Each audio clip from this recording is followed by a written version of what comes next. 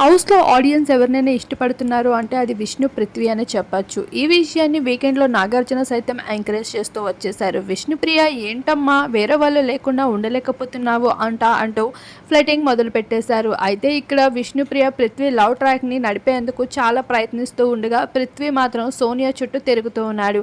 మరి ఈ వీకెండ్‌లో సోనియా వెళ్ళిపోతే మాత్రం ఇంకా పృథ్వీ, విష్ణుప్రియల ట్రాక్ అనేది మరింత హైలైట్‌గా నిలుస్తుందని చెప్పుకోవచ్చు.